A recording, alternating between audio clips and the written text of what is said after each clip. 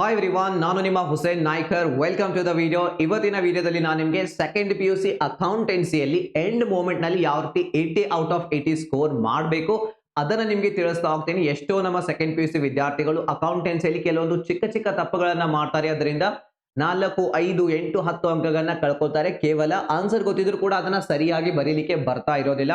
ಇನ್ನ ಏನು ಓದೇ ಇಲ್ಲ ನಾನು ಅನ್ನುವಂತಹ ವಿದ್ಯಾರ್ಥಿಗಳಿಗೂ ಕೂಡ ಒಳ್ಳೆಯ ಒಂದು ಸ್ಟ್ರಾಟಜಿ ಪ್ಲಾನ್ ಇದೆ. ಸೊ 2 ಡೇಸ್ ಅಲ್ಲಿ ಯಾವ ರೀತಿ 80 ಔಟ್ ಆಫ್ 80 ಸ್ಕೋರ್ ಮಾಡಬೇಕು ಅಂತ ಹೇಳಿ ಸೊ ನಾನು ನಿಮಗೆ ಪ್ರಾಮಿಸ್ ಮಾಡಿದ್ದೆ, ನಿಮ್ಮ ಫೈನಲ್ ಎಕ್ಸಾಮ್ ಮುಗಿಯವರೆಗೂ ಕೂಡ ನಿಮ್ಮ ಜೊತೆಲಿ ಇರ್ತೀನಿ ಅಂತ ಹೇಳಿ. ಸೊ ಅದರ ಪ್ರಕಾರ ಈಗ ನಿಮಗಾಗಿ ಒಂದು ಮಾಡ್ತಾ ಇದ್ದೀನಿ ಅಕೌಂಟೆನ್ಸಿಯ ವಿಡಿಯೋನ, ಸ್ಟ್ರಾಟಜಿಯನ್ನ. ಸೊ ನಂದು ನೋಡಿ ಅಕೌಂಟೆನ್ಸಿ ಫೇವರೇಟ್ ಸಬ್ಜೆಕ್ಟ್. ನಾನು ಟೀಚ್ ಮಾಡೋದು economics and English, but accountancy ನನ್ನ ಫೇವರೇಟ್ ಸಬ್ಜೆಕ್ಟ್ ಆಗಿತ್ತು ಸೆಕೆಂಡ್ ಪಿ ಯು ಸಿಲಿ. ಸೊ ಅದ್ರಲ್ಲಿ ನಾನು 100 ಔಟ್ ಆಫ್ 100 ಸ್ಕೋರ್ ಮಾಡಿದ್ದೆ.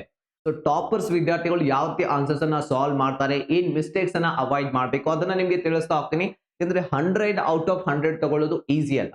70 ಪ್ಲಸ್ ನೀವು ಕ್ರಾಸ್ ಮಾಡೋದು ಈಸಿ. ಅದರ ನಂತರ 70 ಪ್ಲಸ್ ನಂತರ 80 ವರೆಗೆ ಬರ್ಬೇಕಂದ್ರೆ 2-3 ಸಲ ಇವ್ಯಾಲ್ಯೂಯೇಟ್ ಮಾಡ್ತಾರೆ. ಪ್ರತಿ ಚಿಕ್ಕ ಮಿಸ್ಟೇಕ್ಸ್ಗೂ ಕೂಡ ಒಂದು ಅಂಕವನ್ನ ಕಟ್ ಮಾಡ್ತಾರೆ. ಸೊ ಹಾಗಾಗಿ ಸರಿಯಾಗಿ ಈ ಒಂದು ವಿಡಿಯೋನ ನೋಡಿ. ನಿಮ್ಮ ಪ್ರಾಬ್ಲಮ್ಸ್ಗಳು, ಸ್ಟೂಡೆಂಟ್ ನ ಪ್ರಾಬ್ಲಮ್ಸ್ಗಳು ನನ್ನ ಕಡೆ ಬಂದಿರೋದು what to do if my balance sheet doesn't tally. ಎಷ್ಟೋ ಸಲ ಬ್ಯಾಲೆನ್ಸ್ ಶೀಟ್ ಟ್ಯಾಲಿ ಆಗೋದಿಲ್ಲ ಎಕ್ಸಾಮ್ ನಲ್ಲಿ. ಸೊ ಅದರಿಂದ ಟೆನ್ಷನ್ ತಗೊಂಡು ಸ್ಟೂಡೆಂಟ್ಸ್ ಟೈಮ್ ಮ್ಯಾನೇಜ್ ಮಾಡ್ಲಿಕ್ಕೆ ಆಗೋದಿಲ್ಲ, ಮಾರ್ಕ್ಸ್ ಅನ್ನ ಕಳ್ಕೊಳ್ತಾರೆ. ಅದಕ್ಕೆ ಒಂದು ಒಳ್ಳೆ ಟೆಕ್ನಿಕ್ ನಿಮಗೆ ಹೇಳಿಕೊಡ್ತೀನಿ. How to get full marks in theory. ಥಿಯರಿಯಲ್ಲೇ 26 ಮಾರ್ಕ್ಸ್ ಇದೆ ಈಗ.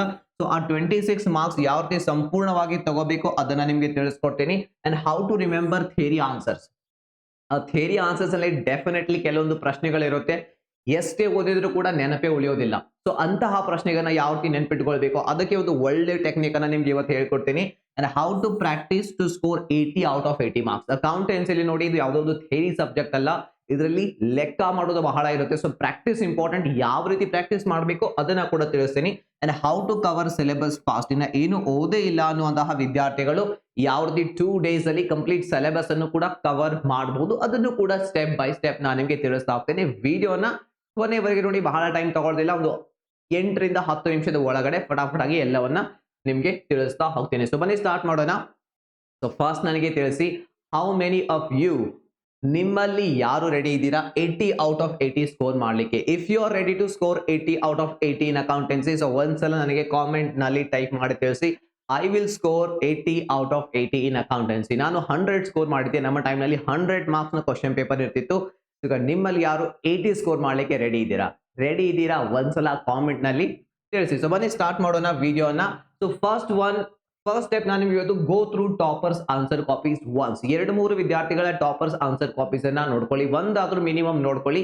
ಯಾಕೆ ಅಂದ್ರೆ ಆನ್ಸರ್ ಯಾವ ರೀತಿ ಬರೀತಾರೆ ಅನ್ನೋದು ಅದು ನಿಮಗೆ ಗೊತ್ತಿರಬೇಕು. ಎಂಡ್ ಮೂಮೆಂಟ್ ನಲ್ಲಿ ಅದರ ಮೇಲೆ ನೀವು ಮೊದಲು ಫೋಕಸ್ ಮಾಡಬೇಕಾಗುತ್ತೆ. ಸೊ ನಿಮ್ಮ ಹತ್ರ ಟಾಪರ್ ನ ಆನ್ಸರ್ ಕಾಪೀಸ್ ಇಲ್ಲ ಅಂದ್ರೆ ಅದು ನಿಮಗೆ ಆಲ್ರೆಡಿ ನಾನು ಹೇಳಿರ್ಬೇಕು. ನಮ್ಮ ಸ್ಕಿಲ್ ಬೂಸ್ಟರ್ ಆಪ್ ನಲ್ಲಿ ಅದು ಫ್ರೀ ಆಗಿ ಅವೈಲೇಬಲ್ ಇದೆ, ಡೌನ್ಲೋಡ್ ಮಾಡ್ಕೊಳ್ಳಿ. ಆಪ್ ಅನ್ನ ಲಿಂಕ್ ಕೆಳಗಡೆ ಕೊಟ್ಟಿರ್ತೀನಿ.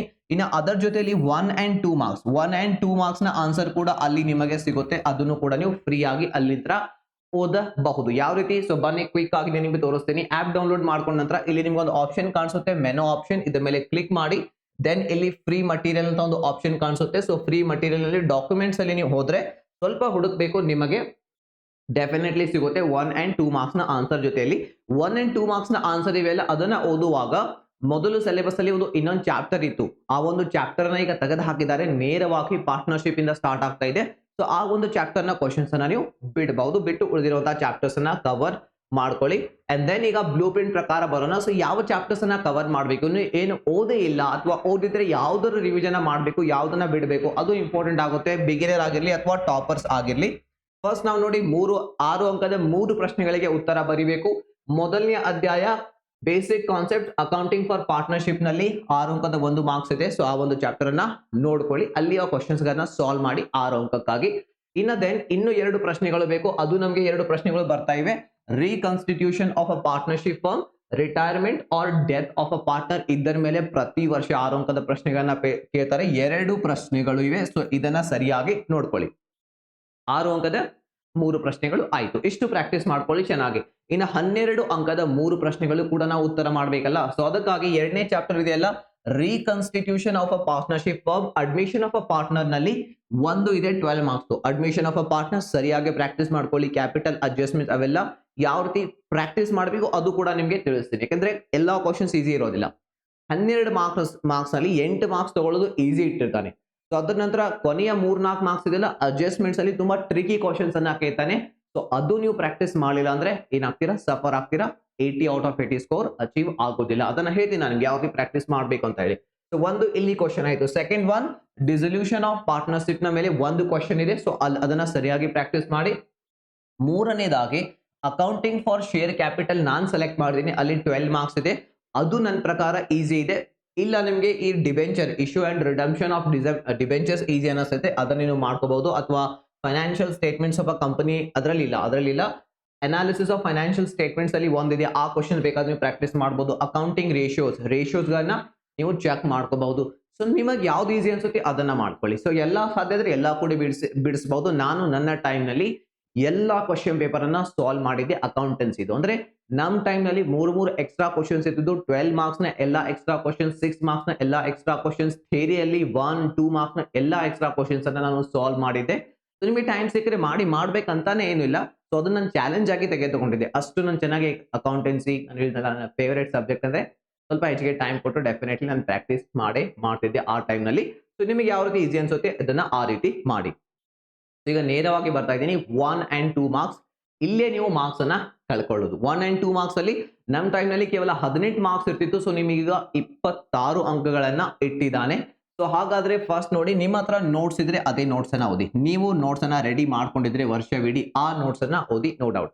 ನಿಮ್ಮ ಹತ್ರ ಇಲ್ಲ ಅಂದ್ರೆ ನಾನು ಹೇಳಿದ್ನಲ್ಲ, ಡೌನ್ಲೋಡ್ ಮಾಡ್ಕೊಳ್ಳಿ 1 and 2 marks notes for free ಆಗಿ ಸ್ಕಿಲ್ ಬೂಸ್ಟರ್ ಆಪ್ ನಲ್ಲಿ ಅವೈಲೇಬಲ್ ಇದೆ.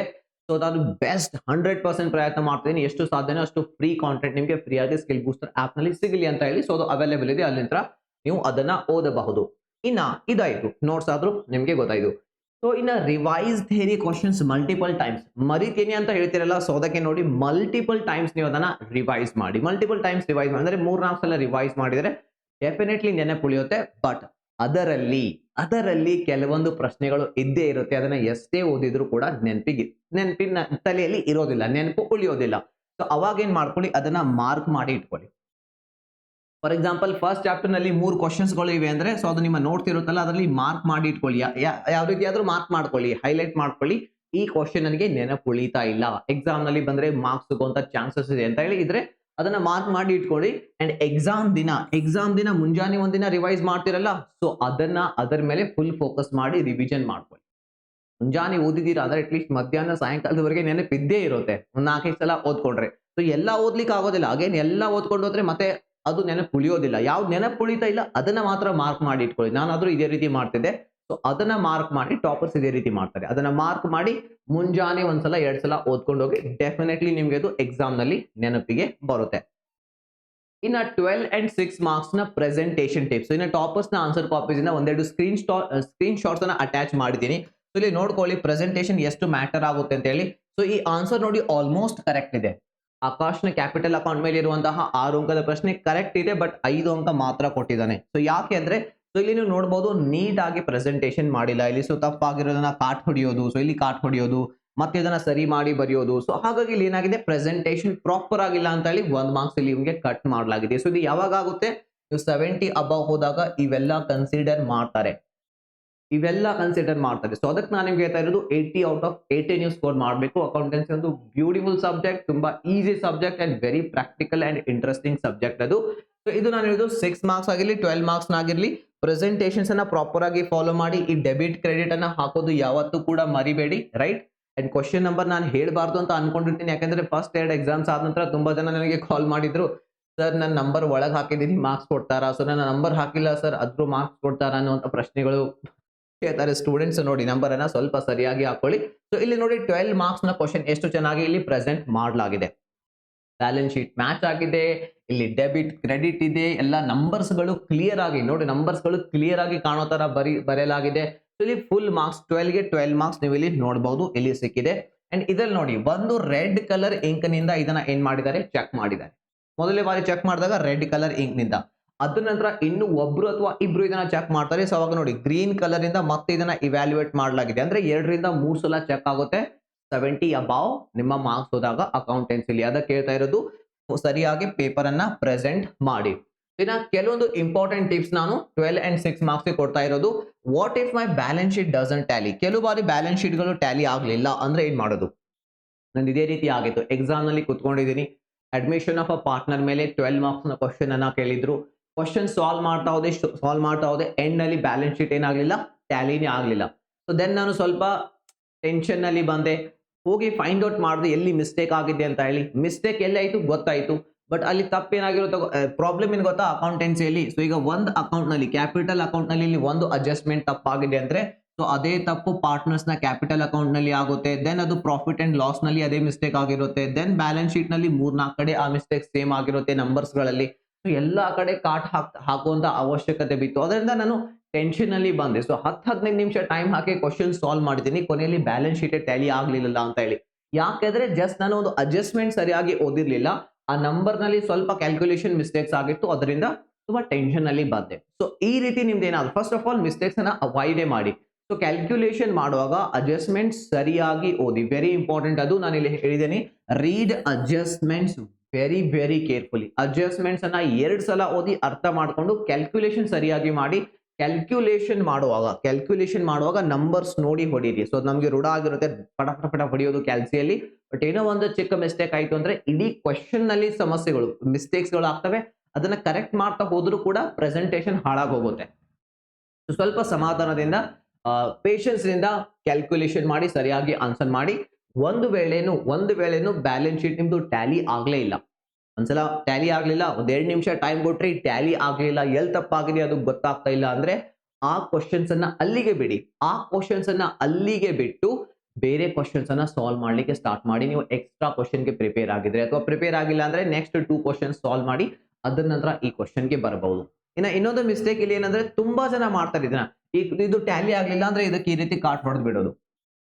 ಇದು ನೀವೇ ಏನ್ ಮಾಡ್ತಾ ಇದ್ರಿ, ನಿಮ್ಮ ಕಾಲಿಗೆ ಕೊಡ್ಲಿಯನ್ನ ಹೊಡೆದುಕೊಳ್ತಾ ಇದೀರಿ. ಇದನ್ನ ಇಲ್ಲೇ ಬಿಟ್ರಿ, ಇನ್ ಕೇಸ್ ಟೈಮ್ ಮ್ಯಾನೇಜ್ ಆಗ್ಲಿಲ್ಲ, ಎಂಡ್ ಅಲ್ಲಿ ನೀವೇನಾದ್ರೂ ಅಷ್ಟೇ ಬರೆದು ಬಂದ್ರಿ ಅಂದ್ರೂ ಕೂಡ ಇದನ್ನ ನೋಡಿ ಅವನು 8-10 ಮಾರ್ಕ್ಸ್ ಕೊಡ್ಬೋದು 12ರಲ್ಲಿ. ಬಟ್ ನೀವು ಈ ರೀತಿ ಕಾಟ್ ಹಾಕಿ ಬಂದ್ಬಿಟ್ರೆ 1 ಮಾರ್ಕ್ಸ್ ಕೊಡೋದಿಲ್ಲ. ನೀವು ಎಕ್ಸ್ಟ್ರಾ ಕ್ವಶನ್ ಸಾಲ್ವ್ ಮಾಡಿದ್ರು ಕೂಡ ಇದಕ್ಕೆ 8-10 ಮಾರ್ಕ್ಸ್ ಸಿಕ್ಕಿದೆ, ಇದನ್ನ ಎಕ್ಸ್ಟ್ರಾ ಅಂತ ಕನ್ಸಿಡರ್ ಮಾಡಿ ಎಲ್ಲಿ ಫುಲ್ ಮಾರ್ಕ್ಸ್ ಸಿಕ್ಕಿದೆ ಅದನ್ನ ಕೊಡ್ತಾನೆ, ಅದಕ್ಕೆ ಫುಲ್ ಮಾರ್ಕ್ಸ್ ಕೊಡ್ತಾನೆ. ಯಾಕೆ ಹೇಳ್ತಾ ಇದ್ದೀನಿ ಅಂದ್ರೆ ಇಂಗ್ಲಿಷ್ ನಲ್ಲಿ ಆದಾಗ ಕೆಲವೊಂದು ಸ್ಟೂಡೆಂಟ್ಸ್ ಇದೇ ರೀತಿ ಮಾಡಿದ್ದಾರೆ. ರಿಪೋರ್ಟೆಡ್ ಸ್ಪೀಚ್ ನಲ್ಲಿ 2 ಆನ್ಸರ್ ಬರ್ದಿದ್ದಾರೆ, ಕರೆಕ್ಟ್ ಇದ್ದು ಕಾಟ್ ಹಾಕಿ, ತಪ್ಪಿದ್ದು ಇಟ್ಟು ಬಂದಿದ್ದಾರೆ. ಸೊ ಈ ರೀತಿ ಮಾಡಬೇಡಿ, ಕಾಟ್ ಹಾಕ್ಲಿಕ್ಕೆ ಹೋಗ್ಬೇಡಿ. ಯಾವುದು ಸರಿ ಇರುತ್ತೆ ಅದನ್ನ ಅವರು ಕನ್ಸಿಡರ್ ಮಾಡ್ಕೋತಾರೆ.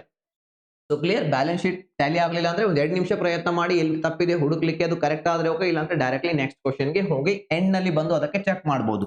ಇನ್ನು ಡೆಬಿಟ್ ಕ್ರೆಡಿಟ್ ಹಾಕೋದನ್ನ ಮರಿಬೇಡಿ, ಇದಕ್ಕೂ ಕೂಡ 1/2 ಮಾರ್ಕ್ಸ್ ಕಟ್ ಮಾಡ್ತಾನೆ. Read adjustments very carefully, write neat and clean. ನೀವು ಬರ್ದಿರುವಂತಹ ನಂಬರ್ಸ್ ನೋಡಿ ಸ್ವಲ್ಪ ಕ್ಲಿಯರ್ ಆಗಿ ಕಾಣಿಸ್ಬೇಕು. ಅದೆಲ್ಲಿ ಮೂಲೆಯಲ್ಲಿ ಹಾಕಿ ಹತ್ತಿಕೆ ಬರಿಬೇಡಿ. ಸೊ ಕ್ಲಿಯರ್ ಆಗಿ ನಂಬರ್ಸ್ ಗಳು ಕಾಣಿಸ್ಬೇಕು, ರೈಟ್ ನಂಬರ್ಸ್ ಕ್ಲಿಯರ್ಲಿ. ಸೊ ಇಷ್ಟು ಪಾಯಿಂಟ್ಸ್ ಅನ್ನ ಫಾಲೋ ಮಾಡಿ 12 ಅಂಡ್ 6 ಮಾರ್ಕ್ಸ್ ಗೆ. ಇನ್ನು how to cover syllabus fast. ಏನು ಓದೇ ಇಲ್ಲ ಅಂದ್ರೆ ನೋಡಿ, 1 ಶಾರ್ಟ್ ವಿಡಿಯೋಸ್ ಗಳನ್ನ ಯೂಟ್ಯೂಬ್ ನಲ್ಲಿ ನೀವೇನ್ ಮಾಡಬಹುದು, ನೋಡಬಹುದು. ನೋಡಿ, ನಮ್ಮ ಕರ್ನಾಟಕದವ್ರು ಯಾರಾದ್ರೂ ಕಲಿಸ್ತಾ ಇದ್ದಾರೆ ಅಕೌಂಟೆನ್ಸಿ ಅಂದ್ರೆ 1 ಶಾರ್ಟ್ ವಿಡಿಯೋಸ್ ಅನ್ನ ನೋಡಿ, ಇಲ್ಲ ಅಂದ್ರೆ ಇಂಗ್ಲಿಷ್ ಮೀಡಿಯಂ ಅಲ್ಲಿ ಇರೋದನ್ನ 1 ಶಾರ್ಟ್ ವಿಡಿಯೋಸ್ ನೀವು ಏನ್ ಮಾಡಬಹುದು, ನೋಡಬಹುದು. ಅಕೌಂಟೆನ್ಸಿ ಮೇಲೆ ನಾನು ಸೆಲೆಕ್ಟೆಡ್ ಚಾಪ್ಟರ್ಸ್ ತೋರಿಸಿದ್ನಲ್ಲ, ಆ ಚಾಪ್ಟರ್ಸ್ ಮೇಲೆ ಫಸ್ಟ್ ಫೋಕಸ್ ಮಾಡಿ.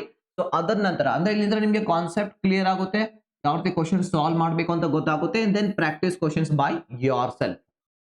ನೀವು ಅಕೌಂಟೆನ್ಸಿ ನೋಡಿ, ಬೇರೆ ಕ್ಲಾಸಸ್ ನೋಡಿ, ನೋಟ್ಸ್ ಓದಿ ಪರ್ಫೆಕ್ಟ್ ಆಗ್ಲಿಕ್ಕೆ ಸಾಧ್ಯನೇ ಇಲ್ಲ. ಅದಕ್ಕೆ ಕೂತ್ಕೊಂಡು ಕ್ವಶನ್ಸ್ ಅನ್ನ ಸಾಲ್ವ್ ಮಾಡಬೇಕು. ಮಾಡೆಲ್ ಕ್ವಶನ್ ಪೇಪರ್ ಸಾಲ್ವ್ ಮಾಡಿ, ಅಂದ್ರೆ ನಿಮ್ನ ಪ್ರಿಪರೇಟರಿ ಕ್ವಶನ್ ಪೇಪರ್ ಸಾಲ್ವ್ ಮಾಡಿ, ಕ್ವಶನ್ ಬ್ಯಾಂಕ್ ನಲ್ಲಿ ಇರುವಂತಹ ಕ್ವಶನ್ಸ್ ಅನ್ನ ಸಾಲ್ವ್ ಮಾಡಿ.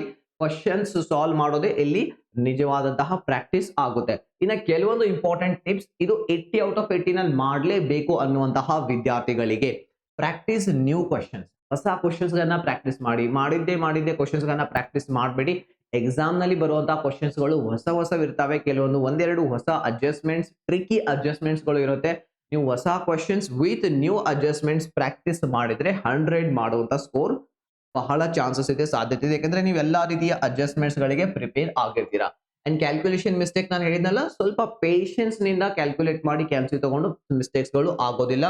ರೀಡಿಂಗ್ ಟೈಮ್ ಇರುತ್ತಲ್ಲ, ಸೊ ಅಲ್ಲಿ ಥಿಯರಿಯಲ್ಲಿ ಸಾಧ್ಯವಾದಷ್ಟು ಆನ್ಸರ್ ಏನಾಗುತ್ತೆ ಅದನ್ನ ಯೋಚಿಸ್ಕೊಳ್ಳಿ. ನಿಮ್ಮ ಕ್ವಶನ್ ಪೇಪರ್ ಓದೋ ಟೈಮ್ ನಲ್ಲಿ ನಾನು ಯಾವ ಕ್ವಶನ್ ಅಟೆಂಪ್ಟ್ ಮಾಡಬೇಕು ಅದನ್ನು ಕೂಡ ಅಲ್ಲೇ ಸೆಲೆಕ್ಟ್ ಮಾಡ್ಕೊಳ್ಳಿ. ಅಂಡ್ ಕೊನೆಯಲ್ಲಿ ನೋಡಿ, ಒಂದು 10 ನಿಮಿಷ ಆದ್ರೂ ಉಳಿಸ್ಕೊಳ್ಳೇಬೇಕು ನೀವು ನಿಮ್ಮ ಕ್ವಶನ್ ಪೇಪರ್ ಅನ್ನ ಚೆಕ್ ಮಾಡ್ಲಿಕ್ಕೆ. ಇದು ಯಾರಿಗೆ ಅಂದ್ರೆ 100 ಸ್ಕೋರ್ ಮಾಡಲೇಬೇಕು, ಅಂದ್ರೆ 80 ಔಟ್ ಆಫ್ 80 ಮಾಡಲೇಬೇಕು ಅನ್ನೋರಿಗೆ. ಯಾಕೆಂದ್ರೆ ನಾನು ನಿಮಗೆ ನಂದೇ ಸ್ಟೋರಿ ಹೇಳ್ತಾ ಇದ್ದೀನಿ. ನಾನು ಅಕೌಂಟೆನ್ಸಿ ಪೇಪರ್ ಬರೆದಾಗ ಸೊ ನಾನು ಎಲ್ಲಾ ಮುಗಿಸ್ದೆ, ಕೊನೆಯಲ್ಲಿ ಟೈಮ್ ಉಳಿತು. ಎಕ್ಸ್ಟ್ರಾ ಕ್ವಶನ್ ಸಾಲ್ವ್ ಮಾಡೋದಕ್ಕಿಂತ ಮುಂಚಿತವಾಗಿ ನಾನು ಏನ್ ಮಾಡಿದೆ, ಕ್ವಿಕ್ ಆಗಿ ಇಲ್ಲ ಎಕ್ಸ್ಟ್ರಾ ಕ್ವಶನ್ ಸಾಲ್ವ್ ಮಾಡಿದೆ. ನಾನು ಎಕ್ಸ್ಟ್ರಾ ಕ್ವಶನ್ ಸಾಲ್ವ್ ಮಾಡಿದ ನಂತರನೂ ನನ್ನ ಕಡೆ ಒಂದು 5-10 ನಿಮಿಷ ಟೈಮ್ ಉಳಿತು. ಸೊ ಅವಾಗ ನಾನು 1 ಮಾರ್ಕ್ಸ್ ನ ಕ್ವಶನ್ಸ್ ನೋಡುವಾಗ ಅಲ್ಲಿ ನನಗೇನಾಯ್ತು, ಸಡನ್ಲಿ ಒಂದು ಮಿಸ್ಟೇಕ್ ಸಿಕ್ಬಿಡ್ತು 1 ಮಾರ್ಕ್ಸ್ ನಲ್ಲಿ. ಆನ್ಸರ್ದಲ್ಲಿ ಸಾಲ್ವ್ ಮಾಡುವಾಗ ನಾನು ಅದನ್ನ ತಪ್ಪಾಗಿ ಅರ್ಥ ಮಾಡ್ಕೊಂಡು ರಾಂಗ್ ಆನ್ಸರ್ ಮಾಡಿದ್ದೆ. ದೆನ್ ನಾನು ಅದನ್ನ ಏನ್ ಮಾಡಿದೆ, ಕರೆಕ್ಟ್ ಮಾಡಿದೆ. ಎಂಡ್ ನಲ್ಲಿ ಯಾವಾಗ ಟೈಮ್ ಉಳಿಸ್ಕೊಂಡೆ ಅಂತ ಹೇಳಿ ಅದು ಸಾಧ್ಯ ಆಯ್ತು. ಇಲ್ಲಾಂದ್ರೆ ಅದೇ ರೀತಿ ಪೇಪರ್ ಕೊಟ್ಟು ಬಂದಿದ್ರೆ 99 ಆಗ್ತಿತ್ತು. ಆ ದುಃಖ ಇದ್ದೇ ಇರುತ್ತೆ, 1 ಮಾರ್ಕ್ಸ್ ಹೋಯ್ತಲ್ಲ ಅಂತ ಹೇಳಿ. ಆನ್ಸರ್ ಗೊತ್ತಿದ್ದು ತಪ್ಪು ಮಾಡಿ ಬಂದ್ರೆ ತುಂಬಾನೇ ದುಃಖ ಆಗುತ್ತೆ. ಸೊ ಅದಕ್ಕೆ ನಾನು ಹೇಳೋದು ಎಂಡ್ ಮೂಮೆಂಟ್ ನಲ್ಲಿ 5-10 ಮಿನಿಟ್ಸ್ ಆದ್ರೂ ಉಳಿಸ್ಕೊಳ್ಳಿ. ಸೊ ಅದು ಪಾಸಿಬಲ್ ಇದೆ. ಎಕ್ಸ್ಟ್ರಾ ಕ್ವಶನ್ 6-12 ಮಾರ್ಕ್ಸ್ ಅಲ್ಲಿ ಎಕ್ಸ್ಟ್ರಾ ಕ್ವಶನ್ ಸಾಲ್ವ್ ಮಾಡೋದಕ್ಕಿಂತ ಮುಂಚಿತವಾಗಿ ಪೇಪರ್ ಅನ್ನ ರೀಚೆಕ್ ಮಾಡ್ಕೊಂಡೆ ದೆನ್ ಮುಂದೆ ಹೋಗಿ. And how to practice 80 out of 80 ಬೇಕಂದ್ರೆ ಯಾವ ರೀತಿ ಪ್ರಾಕ್ಟೀಸ್ ಮಾಡಬೇಕು, ಒಬ್ಬರೇ ಕುತ್ಕೊಂಡು ಪ್ರಾಕ್ಟೀಸ್ ಮಾಡಿ. ಇಲ್ಲ ಅದು ನಿಮ್ಮದ ಸಾಧ್ಯ ಆಗೋದಿಲ್ಲ ಅಂದ್ರೆ ಇವತ್ತಿನ ನಮ್ಮ ಹುಡುಗರಿಗೆ ಒಬ್ಬರೇ ಕುತ್ಕೊಂಡು ಪ್ರಾಕ್ಟೀಸ್ ಮಾಡ್ಲಿಕ್ಕೆ ಆಗೋದಿಲ್ಲ, ಗ್ರೂಪ್ ಸ್ಟಡಿ ಪ್ರೆಫರ್ ಮಾಡ್ತಾರೆ ಕೆಲವೊಬ್ರು. ಬಟ್ ನಾನು ಒಬ್ಬನೇ ಕುತ್ಕೊಂಡು ಪ್ರಾಕ್ಟೀಸ್ ಮಾಡ್ಲಿಕ್ಕೆ ಯಾವಾಗಲೂ ಇಷ್ಟಪಡ್ತೀನಿ. Self study is the best study. But ನೀವು ಫ್ರೆಂಡ್ ಜೊತೆನೂ ಕೂಡ ಕುತ್ಕೊಂಡು ಪ್ರಾಕ್ಟೀಸ್ ಮಾಡ್ಬೋದು, ಏನು ಸಮಸ್ಯೆ ಇಲ್ಲ. Practice with new adjustments. Same adjustments ಇರೋದನ್ನೇ ಪ್ರಾಕ್ಟೀಸ್ ಮಾಡ್ಲಿಕ್ಕೆ ಹೋಗ್ಬೇಡಿ. ಹೊಸ ಅಡ್ಜಸ್ಟ್ಮೆಂಟ್ಸ್ ಗಳು ಇರಬೇಕು, ಟ್ರಿಕಿ ಅಡ್ಜಸ್ಟ್ಮೆಂಟ್ಸ್ ಗಳು ಇರಬೇಕು. ಅಂತಹ ಕ್ವಶನ್ಸ್ ಗಳನ್ನು ಕೂಡ ಪ್ರಾಕ್ಟೀಸ್ ಮಾಡಿ.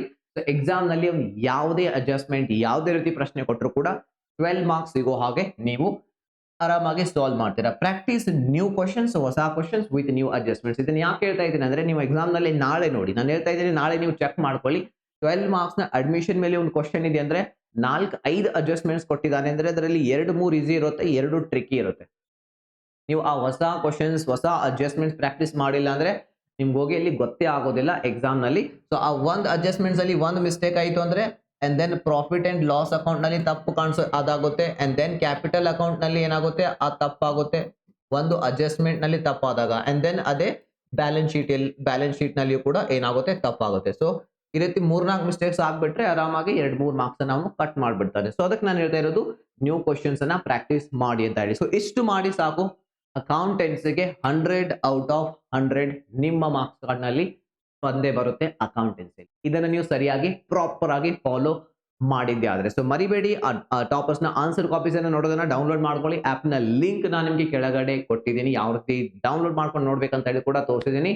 And I wish you all the best. Wish you all the best for your accountancy exam.